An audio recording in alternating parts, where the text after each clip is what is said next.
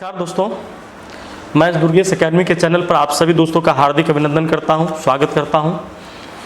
आप अगर मेरे इस चैनल पर नए हो तो कृपया इस चैनल को सब्सक्राइब कर लें ताकि आने वाला नोटिफिकेशन आप तक आसानी से पहुंच सके। मैं अभी इस वीडियो बनाने के सिलसिले में मैं आपको एक फिर नए सेशन की तरफ जा रहा हूं। अभी हम फिलहाल बिहार बोर्ड में पूछे जाने वाले साइंस पेपर के ऑब्जेक्टिव के ऊपर बात करने वाला हूं कि आपके जो बिहार बोर्ड में साइंस पेपर में जो MBBI ऑब्जेक्टिव होंगे, जो बहुत महत्वपूर्ण ऑब्जेक्टिव होंगे, उसी के ऊपर हम आप बात करेंगे। इस ऑब्जेक्टिव के सेशन के क्लास में हम पर डे एक नए ऑब्जेक्टिव के साथ उपस्थित होंगे। जो प्रश्न प्राय बिहार बोर्ड में पूछे जाते हैं वैसे क्वेश्चन जो बहुत MBBI होंगे, और मैं 100% गारंटी देता हूं कि यहाँ से ही ऑब्जेक्टिव आपको बिहार बोर्ड में पूछे जाएंगे साइंस पेपर में। इसी के सिलसिले में मैं आप फिर से इस वीडियो बनाने की कड़ी में मैं फिर से ये साइंस पेपर को लेकर चल रहा हूँ। आने वाले वक्त में मैं और विषय का भी वीडियो बनाऊंगा और विषय पर भी बात करूंगा। फिलहाल मैं साइंस के ऑब्जेक्टिव के ऊपर बात करने वाला हूँ, और साइंस में जो मुख्यतः प्रश्न पूछे जाएंगे वो किस तरह के प्रश्न होंगे उसी के ऊपर आज मैं बात करने वाला हूँ। आइए देखते हैं, हम लोग चलते हैं इस साइंस की दुनिया में कि किस तरह के क्वेश्चन पूछे जाएंगे बिहार बोर्ड में और कौन कौन क्वेश्चन बहुत इंपॉर्टेंट होगा, महत्वपूर्ण होगा। जैसा कि आप देख रहे हैं, ये फिजिक्स का पहले बेसिकली क्वेश्चन दिया जाता है। जैसे पूछा है कि किसी बल्ब से 1 मिनट में 120 कूलम आवेश प्रवाह हो रहा है, तो विद्युत धारा का मान क्या होगा। किसी बल्ब से 1 मिनट में भी 120 कूलम विद्युत धारा। आप जानते हैं कि 1 मिनट में मुख्यतः 60 सेकेंड होते हैं, तो अगर 120 कूलम आवेश की विद्युत धारा प्रवाहित हो रही है तो हम लोग क्या करना, विद्युत धारा का मान निकालना है। तो विद्युत धारा को हम लोग करंट से सूचित किया था, करंट I कहते हैं उसको।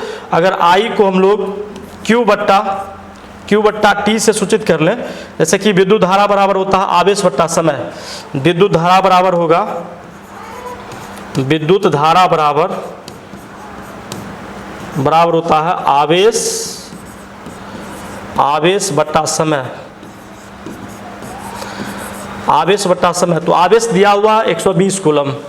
120 में अगर हम 60 से भाग देते, चूंकि 1 मिनट में पूछ रहा है ये, अगर 1 मिनट में पूछ रहा तो 1 मिनट में 60 सेकेंड होता है। अगर 60 से इसमें भाग दे दिया जाए तो 60 दूनी 120 हो जाएगा।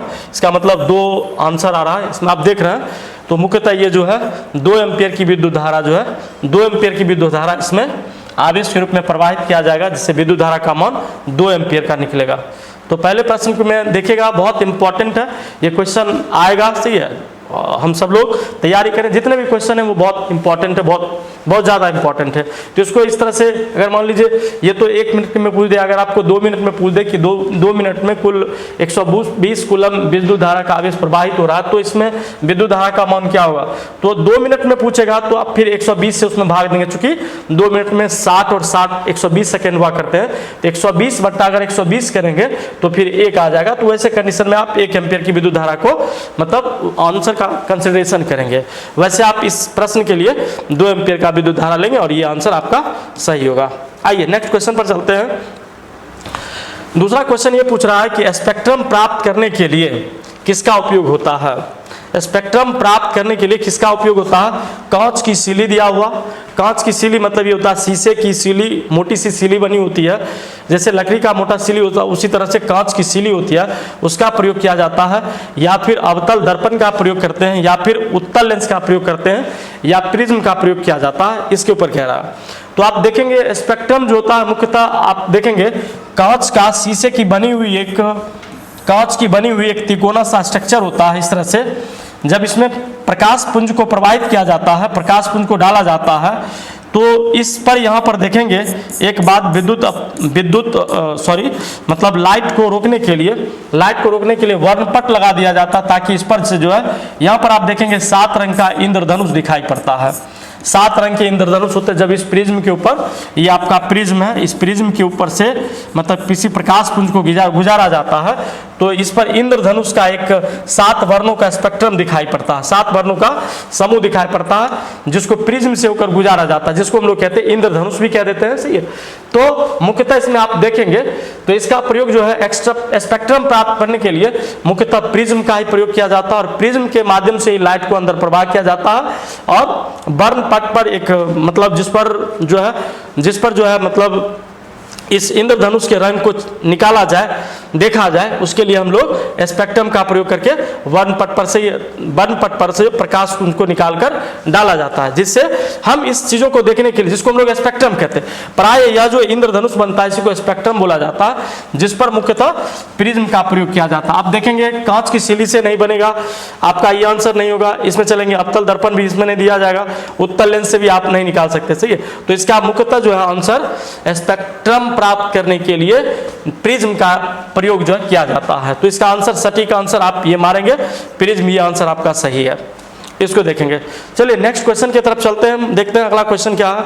अगला क्वेश्चन ये है कि प्रतिरोध का SI मात्रक क्या होता है। देखेंगे प्रतिरोध का SI मात्रक क्या होता है। यहाँ दिया हुआ जैसे कि पहले जूल का, तो जूल का देखेंगे आप, ये ऊर्जा होता है, ऊर्जा कर लीजिए, कार्य होता है, ऊष्मा होता है, इन सारी चीज़ों में मतलब ये जूल का जो है प्रतिरोधक के रूप में जूल का SI मात्रक ऊर्जा के माप के लिए, कार्य या ऊष्मा के माप के लिए कर लेते हैं।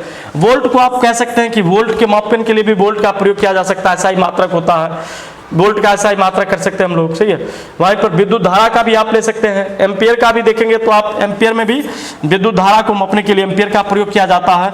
वहीं आप ओम देख रहे हैं, तो ये ओम जो है इसका सटीक आंसर होगा, प्रतिरोध को मापने के लिए प्रतिरोध का जो SI मात्रक होता है वह ओम होता है, इस ओम पर लगाएंगे। बाकी यार जूल भी आपका गलत है, वोल्ट भी आपका गलत है, एम्पियर भी आपका गलत है, तो ओम पर जो है ये सटीक आंसर मानिए, जिसमें प्रतिरोध के लिए SI का मात्रक जो होता है वो ओम लिया जाता है।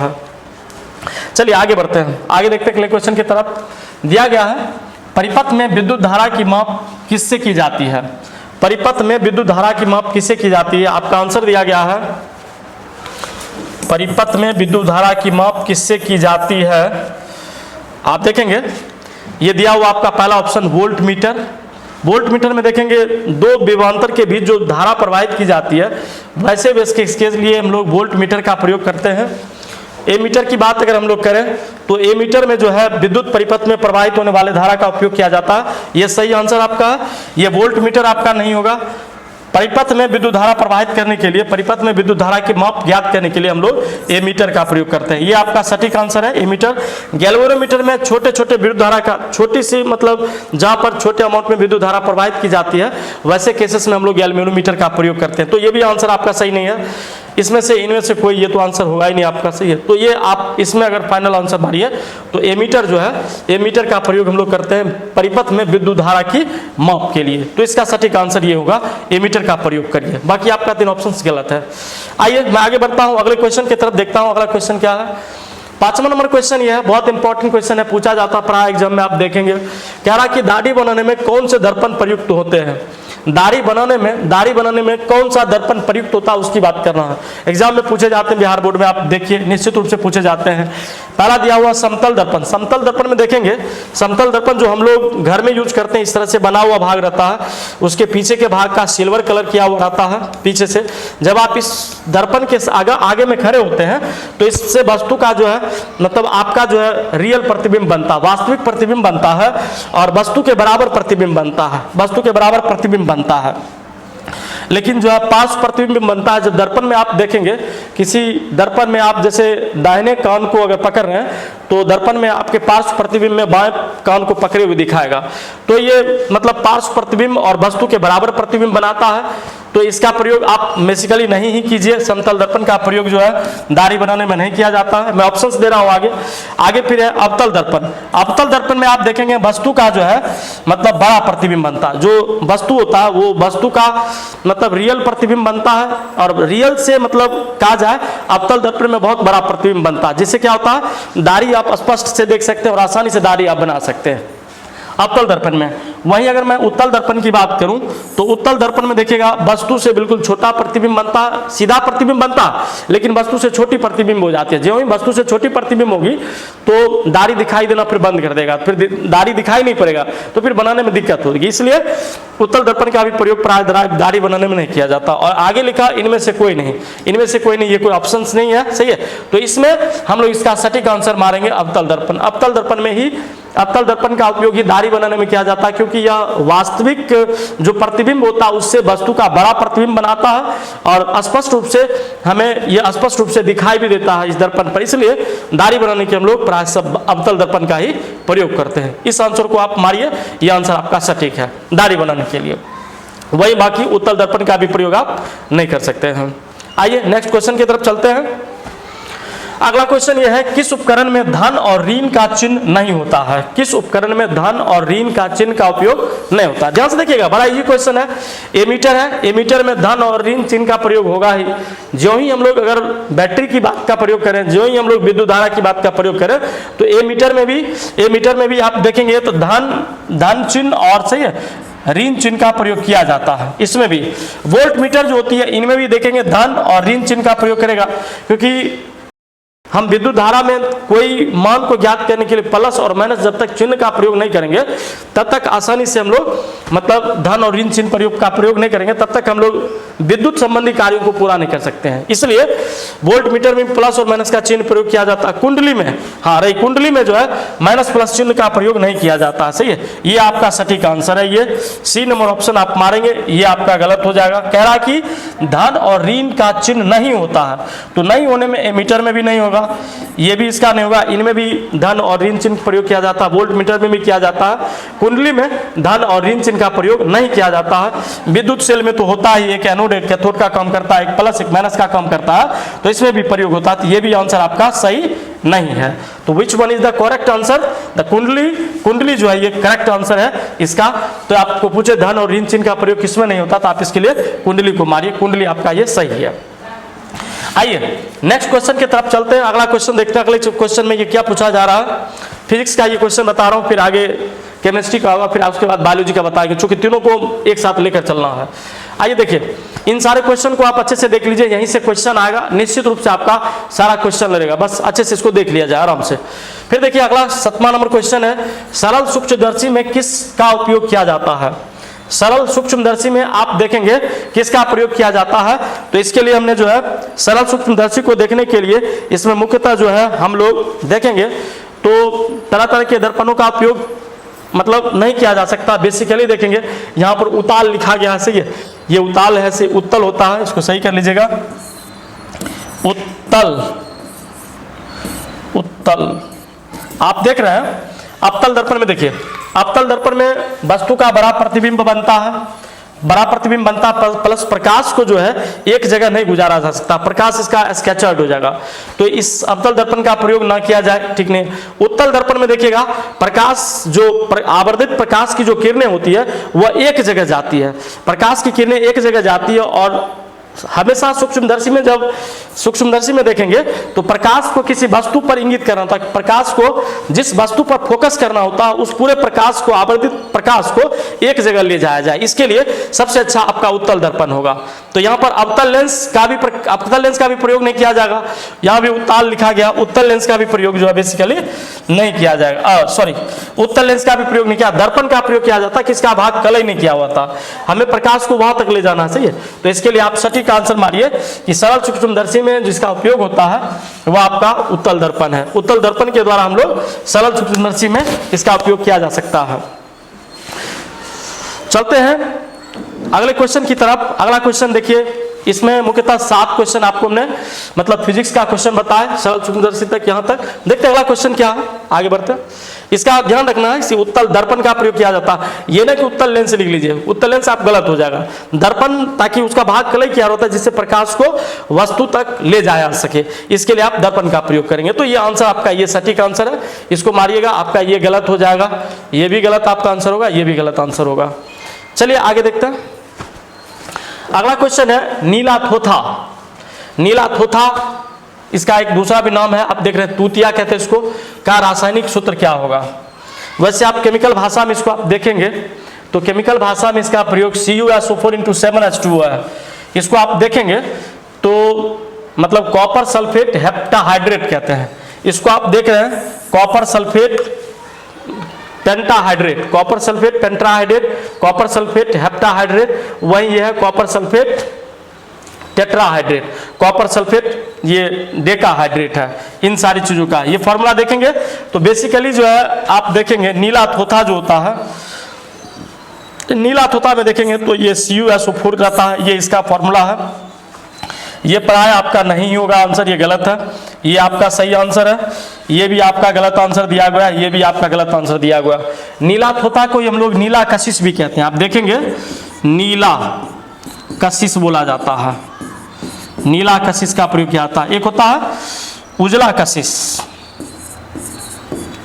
उजला कशिश में आप देखेंगे तो मुख्यतः देखेंगे उजला कशिश में ZnSO4 इंटू 7H2O, उजला कशिश हम लोग इसको कहते हैं, ZnSO4 इंटू 7H2O। एक देखेंगे और होता है हरा कशिश। हरा कशिश का भी प्रयोग किया जाता है, इसमें आपका हो जाता है FeSO4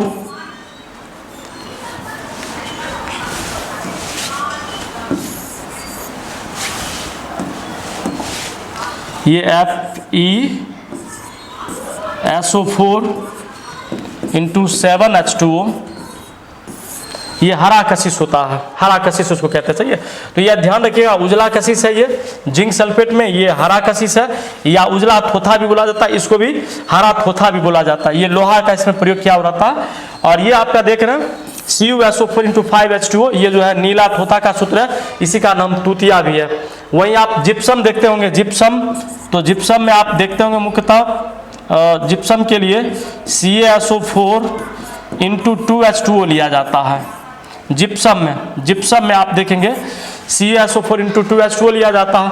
प्लास्टर ऑफ पेरिस में आप देखेंगे, प्लास्टर ऑफ पेरिस, तो आप प्लास्टर ऑफ पेरिस में दो तरह से फॉर्मूला पूछा जाता है।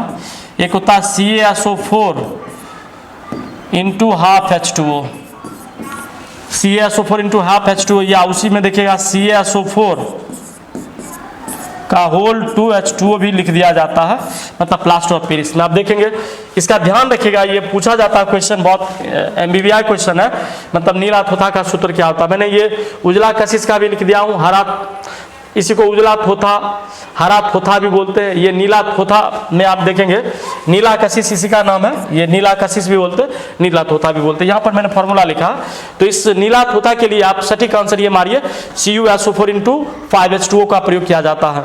ये हेप्टाहाइड्रेट, ये पेंटाहाइड्रेट है, ये आपका देख रहे हैं टेट्राहाइड्रेट, बाकी आपका डेकाहाइड्रेट है, इनका प्रयोग किया जाता है।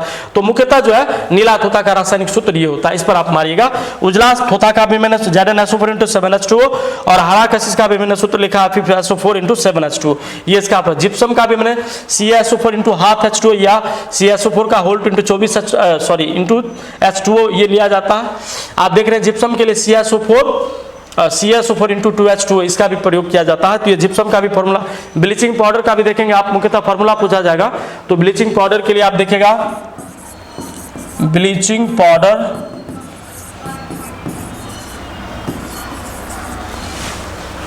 पाउडर में CaOCl2 आप इसका ले सकते हैं फॉर्मूला, ये भी पूछा जाएगा। थोड़ा इसका भी ध्यान रखिए, इसका भी पूछा जाएगा। चलिए आगे बढ़ते हैं क्वेश्चन के सिलसिले में।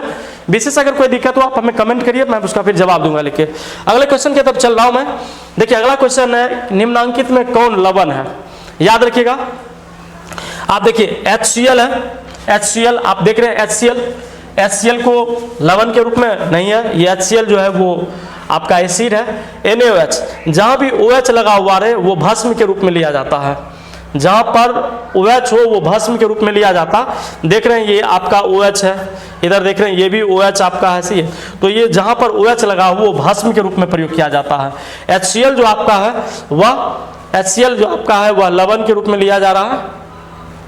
आप देखिएगा HCl, सॉरी लवण नहीं, एसिड है। एसिड जैसे कि एसिड आपका हो गया HCl, H2SO4, HNO3, CH3COOH, ETC, बहुत सारे पदार्थ हैं जो एसिड के रूप में लिया जाते हैं। इन सारे में एसिड है। ये लवण आप देख रहे हैं, ये सोडियम हाइड्रोक्साइड, ये क्षार के रूप में प्रयोग किया जाता है सोडियम हाइड्रोक्साइड का। अमोनियम हाइड्रोक्साइड है, इसका भी प्रयोग, ये अमोनियम हाइड्रोक्साइड है, इसका भी प्रयोग क्षार के रूप में ही किया जाता है, अमोनियम हाइड्रोक्साइड।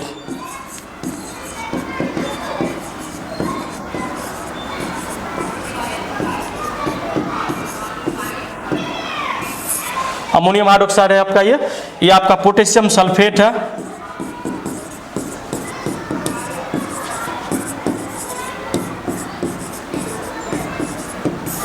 आपका ये पोटेशियम सल्फेट है, इसको हम लोग सोडियम हाइड्रोक्साइड कहते हैं।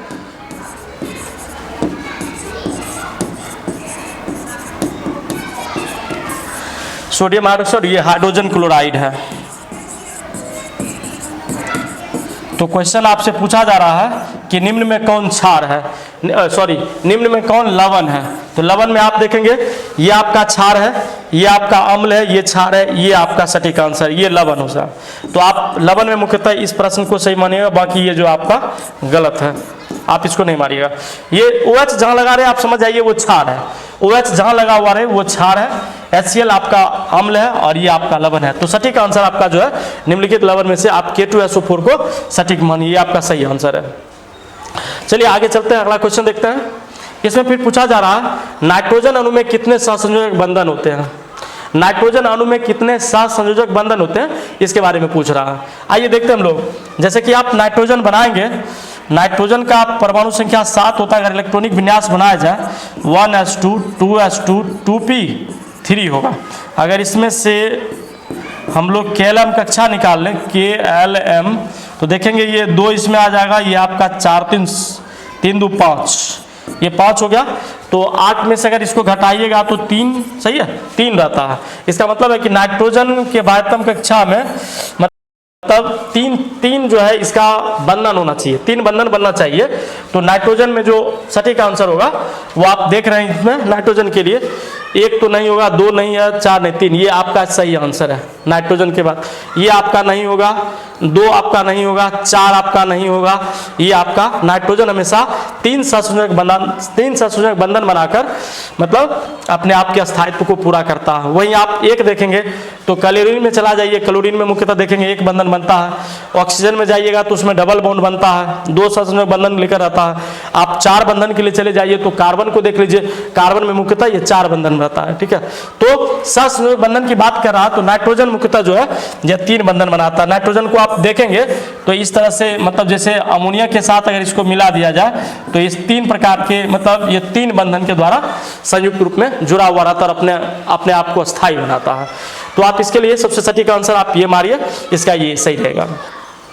चलिए आइए बढ़ते हैं आगे, अगला क्वेश्चन देखते हैं क्या है। क्वेश्चन नंबर 11 है, संगमरमर का रासायनिक सूत्र क्या होगा।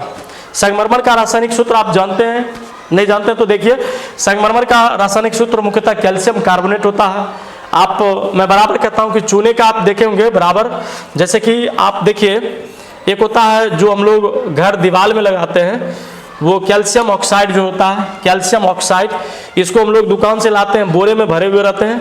इनमें हम लोग अगर वाटर मिला देते हैं, अगर वाटर का प्रयोग कर देते हैं तो ये बन जाता है CaOH का होल 2, जिसको हम लोग कहते हैं भाखड़ा चूना। भाखड़ा चूना, इस भाखड़े चूने को हम लोग क्या करते हैं, CCOO2 पूरा हुआ, रिएक्शन सही है। इस कली चूना को जल में अगर मिला दें तो ये भाखड़ा चूना बन जाता है। इस भाखड़ा चूना को फिर से हम लोग कार्बन डाइऑक्साइड के संपर्क में ला दें, इस भाखड़ा चूना को कार्बन डाइऑक्साइड के संपर्क में ला दें, सॉरी, इसको हम लोग करते हैं, ये आप देख रहे हैं, प्लस इसमें देखिए आप क्या करिए, कार्बन डाइऑक्साइड मिला दीजिए, CO2 कार्बन डाइऑक्साइड मिलाएंगे तो ये बन जाएगा CaCO3 प्लस CO2 वातावरण में फिर बाहर निकल जाएगा। कैल्शियम हाइड्रोक्साइड के साथ चूना मिल जाएगा तो CaCO3, एक ऑक्सीजन इससे निकाल लीजिए, H2 इसके बाहर निकल जाएगा। तो यही जो आपका संगमरमर का सूत्र है, संगमरमर का ये सूत्र है, फॉर्मूला है, जिसको हम लोग कैल्शियम कार्बोनेट कहते हैं। ये देखिए आपका कैल्शियम कार्बोनेट है, कैल्शियम कार्बोनेट आप यहाँ देख रहे हैं, ये कैल्शियम कार्बोनेट, कैल्शियम कार्बोनेट, ये देखिए मैग्नीशियम हाइड्रोजन कार्बोनेट है, ये मैग्नीशियम हाइड्रोजन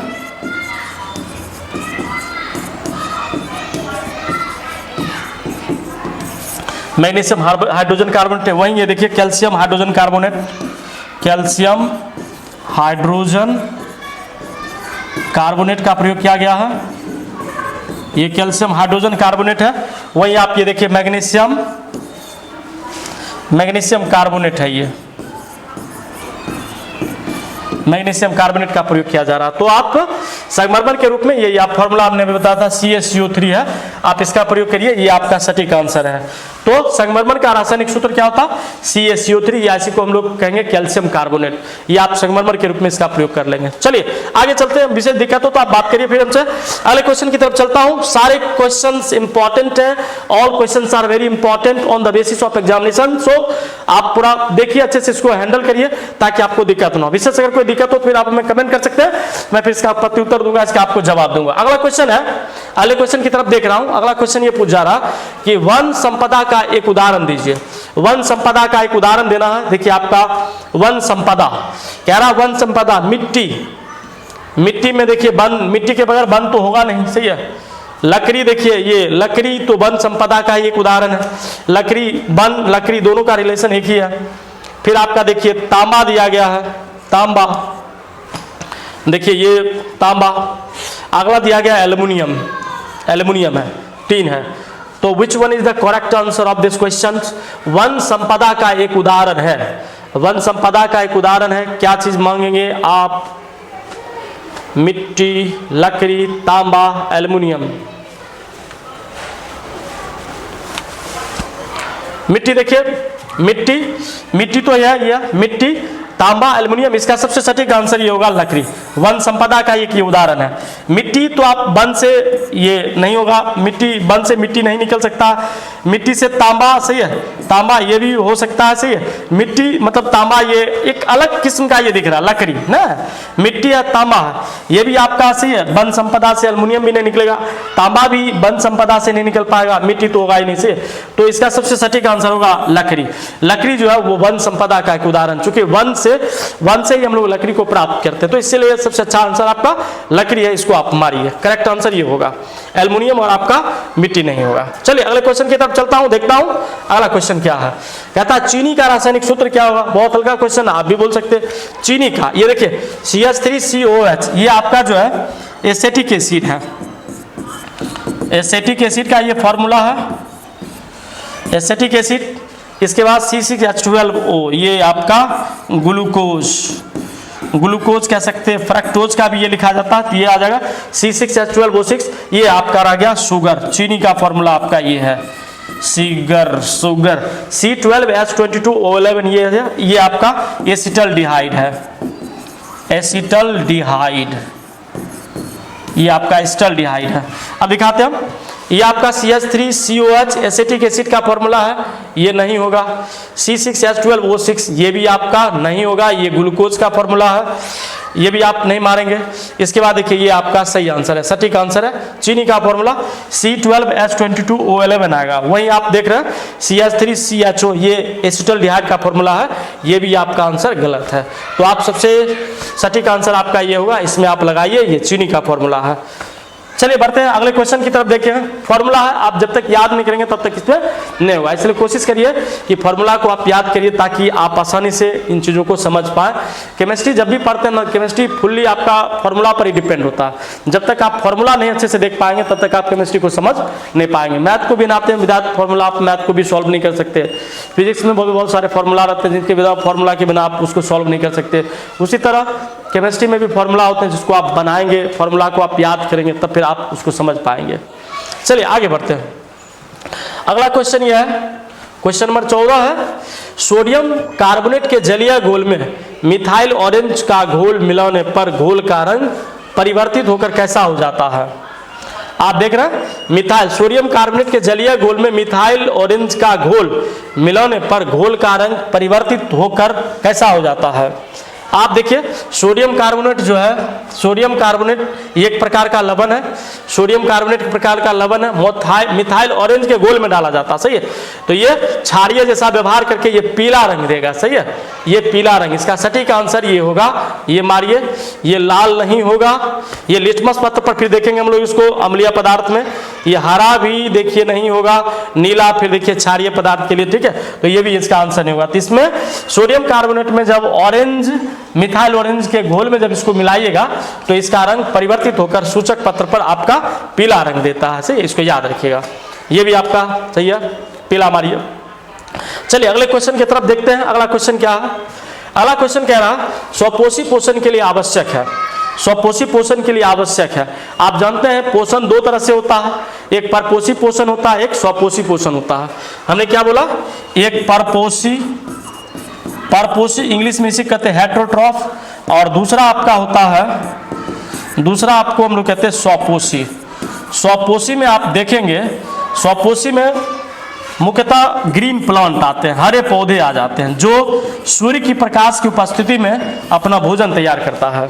स्वपोषी पौधा में प्रकाश संश्लेषण की प्रक्रिया किया जाता है, फोटोसिंथेसिस प्रोसेस के द्वारा हरे पौधे अपना भोजन स्वयं तैयार करते हैं, जिसमें सूर्य का प्रकाश चाहिए, कार्बन डाइऑक्साइड चाहिए, मिट्टी से जल और खनिज लवण चाहिए, क्लोरोफिल की उपस्थिति चाहिए, तब जाकर ये जो है स्वपोषी पोषण होगा। और परपोषी पोषण, परपोषी पोषण हम लोग में संभव नहीं है, क्योंकि हम लोग के अंदर क्लोरोप्लास्ट नहीं होता है, क्लोरोफिल नहीं होता, हम लोग सूर्य के प्रकाश को एब्जॉर्ब भी नहीं कर सकते। इस आधार पर हम लोग देखेंगे तो परपोषी पोषण जो हमारा ये गलत हो जाएगा। तो इसलिए हम लोग स्वपोषी पोषण में अभी हमने बोला कार्बन डाइऑक्साइड चाहिए, कार्बन डाइऑक्साइड भी है, सही है, क्लोरोफिल चाहिए, बिल्कुल चाहिए, बिना क्लोरोफिल का स्वपोषी पोषण होगा ही नहीं। इसके बाद सौर्य प्रकाश, सनलाइट चाहिए, ये भी चाहिए, सही है। अगला क्वेश्चन है इनमें से सभी, आप इसको मारिए, इनमें से सभी, इन सारे चीजों की जरूरत होती है प्रकाश संश्लेषण प्रक्रिया को कंप्लीट करने में। आइए बढ़ते हैं अगले क्वेश्चन की तरफ। ये प्रकाश संश्लेषण का क्वेश्चन है, देखिए और समझिए। अगला क्वेश्चन ये कह रहा है कि इंसुलिन की कमी से होता है, इंसुलिन देखिएगा, इंसुलिन जो है मधुमेह रोगियों के लिए, डायबिटीज पेशेंट जो होते हैं उनमें प्राय इंसुलिन की कमी से मधुमेह बीमारी हो जाती है, जिसको हम लोग चीनिया बीमारी भी कहते हैं। हमारे शरीर में देखिएगा चीनी का लेवल बढ़ जाता है, सही है, पेनक्रियाज जो ग्लैंड होता है वो काम करना बंद कर देता है, जिसके कारण क्या होता है इंसुलिन का जो लेवल है वो धीरे धीरे बढ़ जाता है, इंसुलिन कम जाता है। तो इंसुलिन के कमने से इंसुलिन जो है बनना बंद हो जाता है शरीर में, तो इसके वजह से मतलब शरीर में जो है डायबिटीज हो जाता है, मधुमेह रोग धर लेता है, मधुमेह बीमारी हो जाती है। तो आइए देखते हैं हम लोग इसका कौन सा आंसर जो है वो सही है। घेगा देखिए, घेगा जो है गर्दन में हो जाती है, ये आप जानते हैं थायरॉक्सिन हार्मोन की कमी से, थायरॉक्सिन हार्मोन की कमी की वजह से, थायरॉक्सिन जो होता है थायराइड ग्लैंड में थायरॉक्सिन हार्मोन की कमी की वजह से घेगा रोग हो जाता है। बौना रोग ही है, बौना रोग कहते हैं हम लोग, बौना रोग में देखिएगा एक मतलब आनुवांशिक रोग कहा जाए, आनुवांशिक रोग कभी कभी क्या होता है जीएच हार्मोन कहते हैं, ग्रोथ हार्मोन, वृद्धि हार्मोन, जो वृद्धि हार्मोन होती है शरीर में, इसकी कमी की वजह से, वृद्धि हार्मोन की कमी की वजह से बौनापन रोग हो जाती है। तो बौनापन रोग को मतलब रोकने के लिए वृद्धि हार्मोन को अगर शरीर में बढ़ाया जाए तो बौनापन की बीमारी को मतलब हम लोग ठीक कर सकते हैं। तो यही ग्रोथ हार्मोन या वृद्धि हार्मोन की वजह से हार्मोन की कमी हो जाती है, रुक जाती है, नहीं बन पाती है, जिसकी वजह से बौनापन बीमारी धरती है। और मधुमेह देखिए आपका ये सटीक आंसर है, मधुमेह मतलब इंसुलिन की कमी की वजह से मधुमेह बीमारी हो जाती है, जिसको इंग्लिश में डायबिटीज भी कहते हैं। प्राय देखिएगा इंसुलिन, मैंने अभी बताया कि पेनक्रियाज ग्लैंड में इंसुलिन बनता है, वही जो है काम करना बंद कर देता है, जिसकी वजह से धीरे धीरे बॉडी में शुगर का लेवल बढ़ते जाता है, सही है, व्यक्ति अंततः जो है मधुमेह से शिकार हो जाता है। इनमें से कोई नहीं, ये तो आपका आंसर होगा नहीं, इसका सबसे सटीक आंसर है मधुमेह। इंसुलिन की कमी से मधुमेह नामक बीमारी होती है, ये आपका दिया जाएगा, सही है। चलिए अगले क्वेश्चन की तरफ देखते हैं। अगला क्वेश्चन क्या है, आइए बढ़ते हैं। खुला परिसंचरण तंत्र किसमें पाया जाता है? खुला परिसंचरण तंत्र किसमें पाया जाता है? मनुष्य में दिया गया है, मनुष्य में नहीं पाया जाता है खुला परिसंचरण तंत्र। कॉकरोच में इसमें पाया जाता है, इसमें नहीं पाया जाएगा। घोड़ा में नहीं पाया जाएगा, ऊंट में नहीं पाया जाएगा।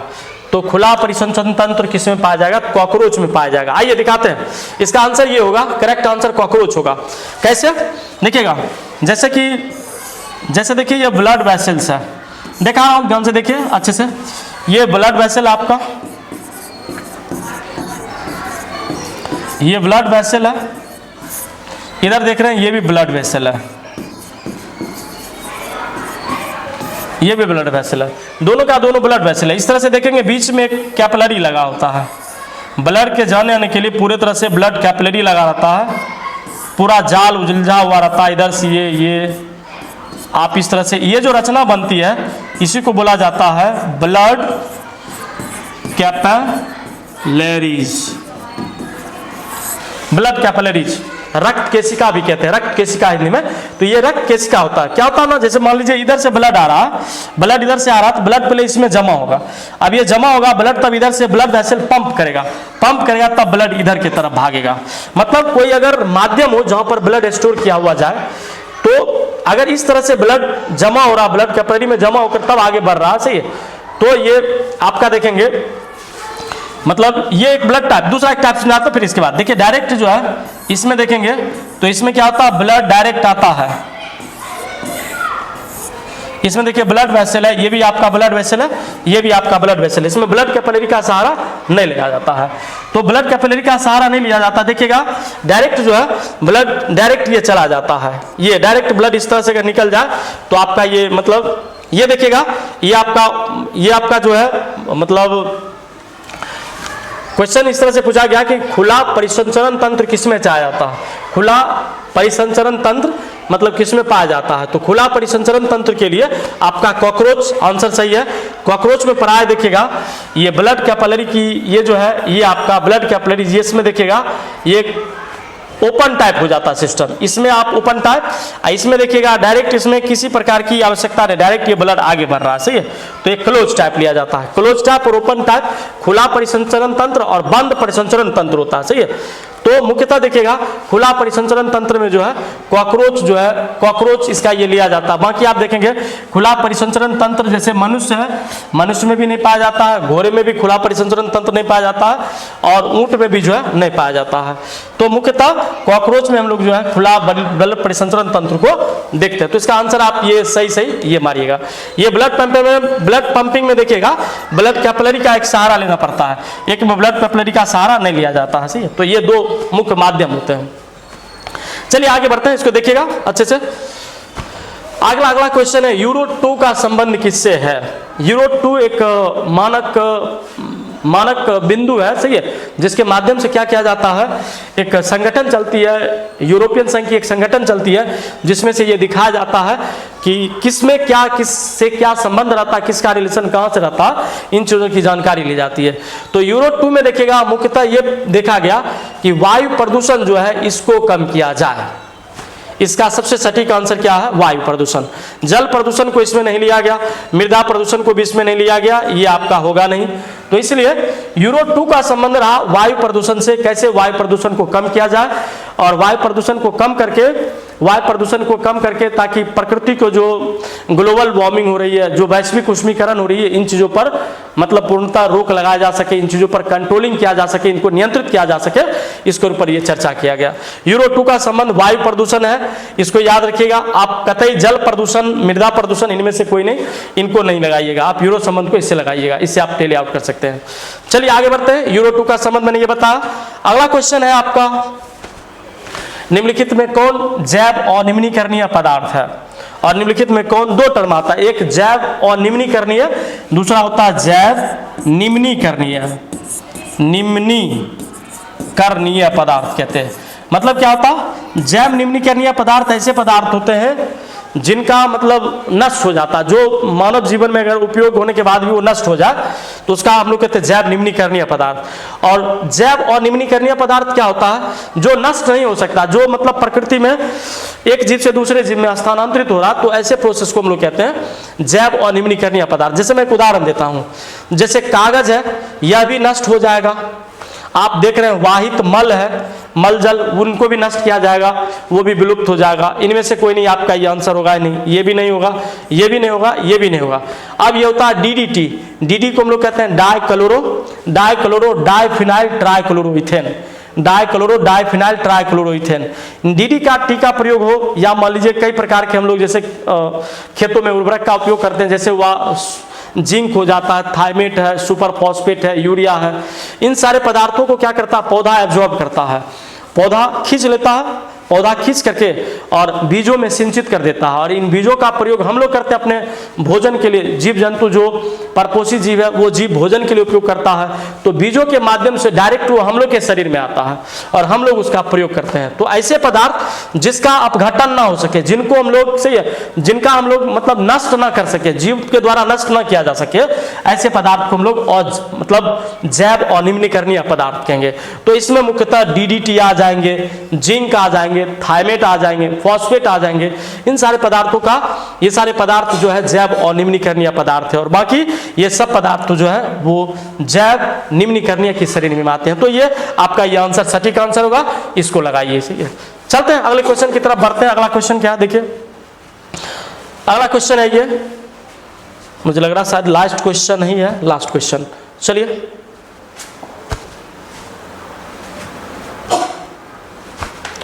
आपका ये लास्ट क्वेश्चन है। कह रहा है कि क्लोरोफिल वर्णक का रंग कैसा होता है? क्लोरोप्लास्ट का रंग कैसा होता है? हरा होता है। क्लोरोफिल किस में पाया जाता है? तो ग्रीन जो प्लांट होते हैं मुख्यतः हरे पत्ते में ही क्लोरोफिल पाया जाता है। तो क्लोरोफिल का रंग कैसा होगा? हरा होगा। ये आपका आंसर देख रहे हैं, सही है, आप इसको लगाइए, ये आपका सही आंसर है। ये आपका सॉरी कहाँ चले आए हम लोग, नेक्स्ट स्लाइड। चलिए, ये आपका जो हरा रंग है, क्लोरोफिल का रंग हरा होता, नीला भी नहीं होगा, लाल भी नहीं होगा, सफेद भी नहीं होगा, आपका ये हरा रंग होगा। इसलिए क्लोरोफिल के वर्णक का रंग कैसा होगा? हरा होता है। क्लोरोफिल के वर्णक का रंग ग्रीन होता है। आइए, ये 20 क्वेश्चन था आज के इस एपिसोड में। मैंने आज फर्स्ट क्लास थी, इस फर्स्ट क्लास में मैंने आपको 20 ऑब्जेक्टिव बताया है, और मतलब केमिस्ट्री का भी, बायोलॉजी का भी और फिजिक्स तीनों को मिला के मैंने 20 क्वेश्चन का स्लाइड प्रिपेयर किया था और आपके लिए लाया था। 20 के 20 क्वेश्चन बहुत इंपॉर्टेंट है, MBBI है, प्राय ऐसे क्वेश्चन ही एग्जाम में दिए जाते हैं और ऐसे क्वेश्चन ही प्राय एग्जाम में पूछे जाते हैं। आइए, मैं इस रोज के इस क्लास के सिलसिले में, डेली के क्लास के सिलसिले में मैं पर डे आपके लिए इसी तरह जो MBBI क्वेश्चन, जो महत्वपूर्ण क्वेश्चन होंगे, उनको हम आपके बीच लाएंगे, दिखाएंगे आपके लिए। सही है, आइए, हमारे फिर से इस चैनल पर अगर नए हो, दुर्गेश एकेडमी के चैनल पर अगर नए हो, तो कृपया आप इस चैनल को सब्सक्राइब कर लें, ताकि आने वाला नोटिफिकेशन आप तक आसानी से पहुंच पाए और आप जो है इन चीज़ों को समझ जाए, इस सब चीज़ों को समझें। देखें, मैं इस ऑब्जेक्टिव के सेशन को लेकर चल रहा हूँ, ऑब्जेक्टिव के सेशन को बढ़ा रहा हूँ आगे, ताकि ऑब्जेक्टिव अगर आपका क्लियर हो जाएगा ना, तो आपका 50% जो है आप आराम से नंबर लाएंगे और आप 50% क्वेश्चन आराम से सही बना पाएंगे। तो इसको आप देखिए, पर डे मैं वीडियो बनाऊंगा, पर डे वीडियो डालूंगा, पर डे आप देखिए, इन चीज़ों को समझिए। विशेष अगर कोई दिक्कत हो, किसी प्रकार की दिक्कत हो, तो आप हमसे कमेंट सेक्शन में जाके कमेंट कर सकते हैं, लिंक दिया हुआ नीचे कमेंट करिए। आइए, अगर हमारे चैनल पर फिर से नए हो तो कृपया मेरे चैनल को सब्सक्राइब कर लें, ताकि आने वाला नोटिफिकेशन आप तक आसानी से पहुंचे। आइए, मिलते हैं फिर अगले वीडियो में, तब तक नमस्कार, thank you so much, thanks for watching.